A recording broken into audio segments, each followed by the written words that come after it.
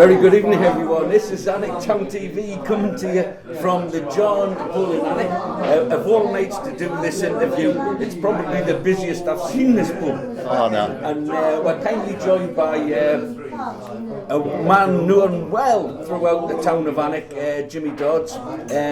It's Domino night, and you're going to have to be talking over the dominoes. Before I get into any other conversation, are you a domino player yourself? I used to be, but it tends to get a bit serious there. So that's the slamming and the falling out, and that's too serious. So you just come up here for a pint? Aye, or a few. Well, like I said, you're well known around these parts. I want to talk first of all about the Panto at the Alnwick Playhouse, which you've been involved in. I could be wrong, I think it's 25 years. 30. 30 years, I am wrong. 30 years. How did that come about? What made you want to tread the boards? You were a chef for 41 years. 45. Right, it all started when I was down at Boomer, and some of the ladies I worked with were in a group called the Alnwick Variety Company, who used to perform in the White Swan, like a cabaret night, you know.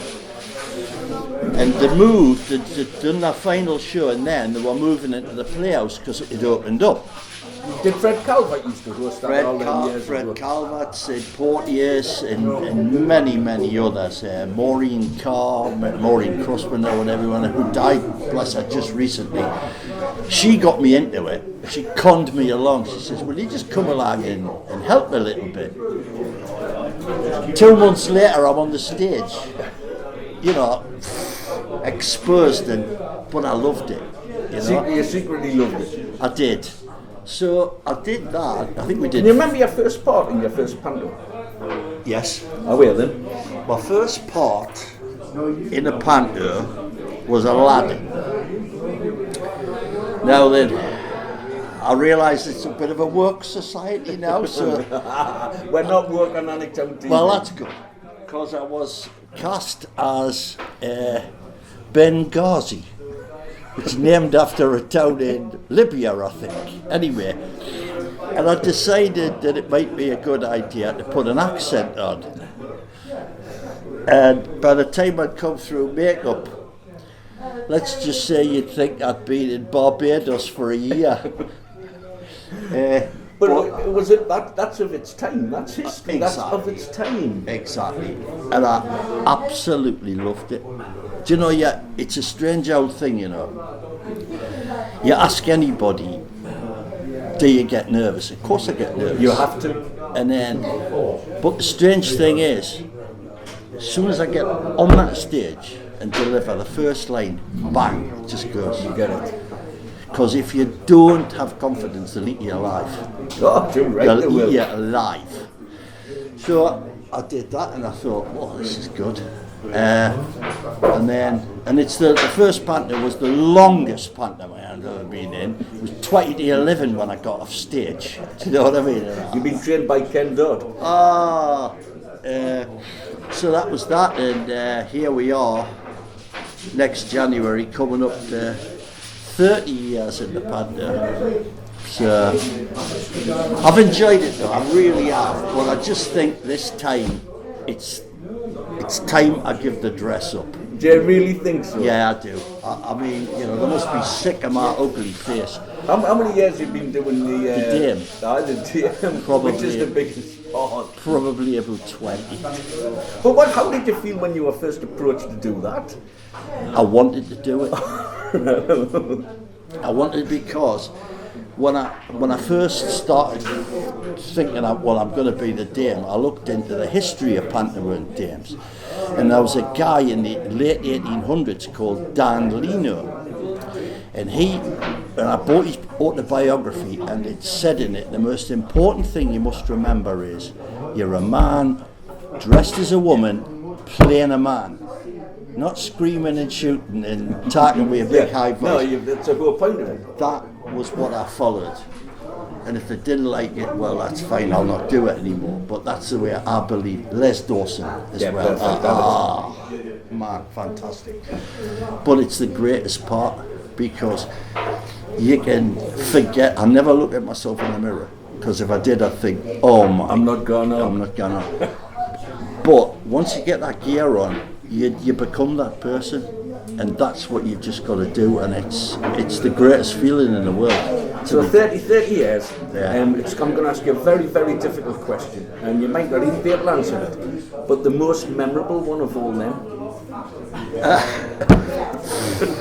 They've all been fairly memorable because accidents happen.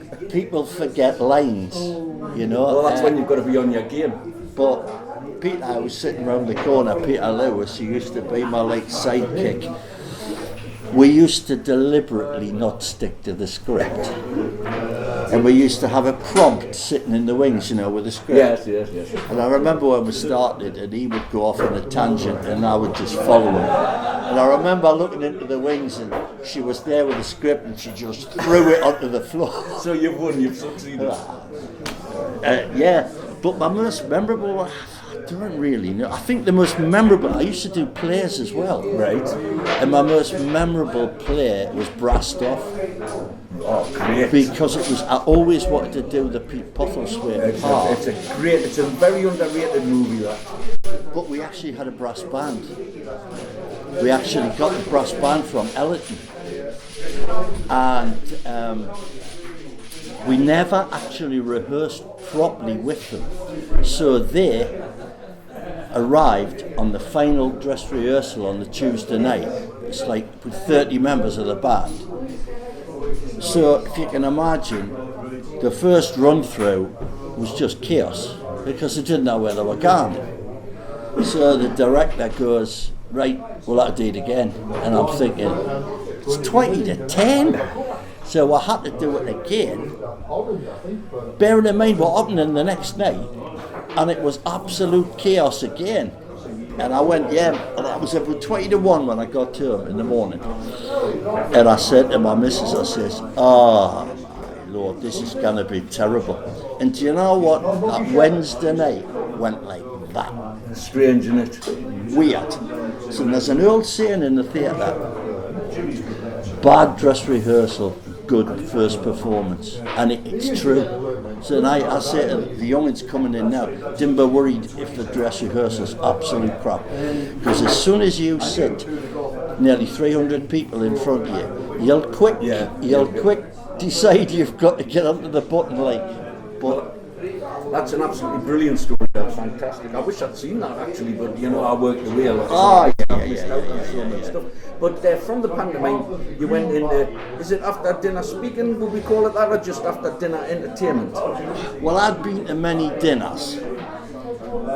Not because I wanted to, because somebody invited me or something. And I thought, somebody will come on and play something and you think, oh, they'll start reciting stuff. And I thought, do you know what? People's full of drink. What a waste. And I made it known that I would start doing it. So I did my first one. I was absolutely plummeting. Well, you would be, that's just you and an audience. There's nobody there to help you. It's not like a pantomime cast. It's just you on your own. So I had a couple of run-throughs down at Boomer for the old folks' dinner. And if anybody knows it, sometimes my jokes are a little bit risky. But man, they just loved it, you know what I mean? But I think my most nervous moment, I forgot to mention this, was when we were Shawaddy Waddy. Right. They were making a comeback. This is about 12 years ago. They came and they decided that the opening night of their tour would be at the Playhouse. And the manager at the time phoned us up and he said, he says, they're really going to play an hour. And he says, we're charging 20 odd quid, which was a lot 12 years ago, you know, it's big. Will you and Peter Lewis come along and do about 35 minutes? And I thought, what? So we did, and that is the most nervous I've ever been because they hadn't come to see us. No, of course, I totally get that. But we brought the host in, and I thought, wow. You know when you first went on stage as a comedian. I don't know if you still do it now, but you're saying your jokes are risky. We were talking about pantomime earlier. It's a completely different environment. I feel so sorry for up and coming comedians who want to go out and do material because it's cancel. Yeah. I will not conform to that. I'm sorry, but I won't. You know, I never swear. No, that's a feather in your cap. I never mention words that you can't work, but I can kind of... You know how far to take it. Yes. That's it.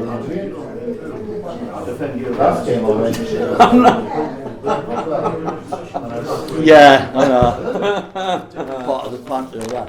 Yeah, so it's just, I think people just realise... if it's funny, it's funny. That's the end of the story. But I will tell you one story which, when people go on about wokeism and what you shouldn't say and what you did, a few pantomimes after my first one, I think we did Aladdin, because my first one was Alibaba. We did Aladdin and I was wishy-washy. And I don't, you'll remember It Ain't No Hot Mum. Of course.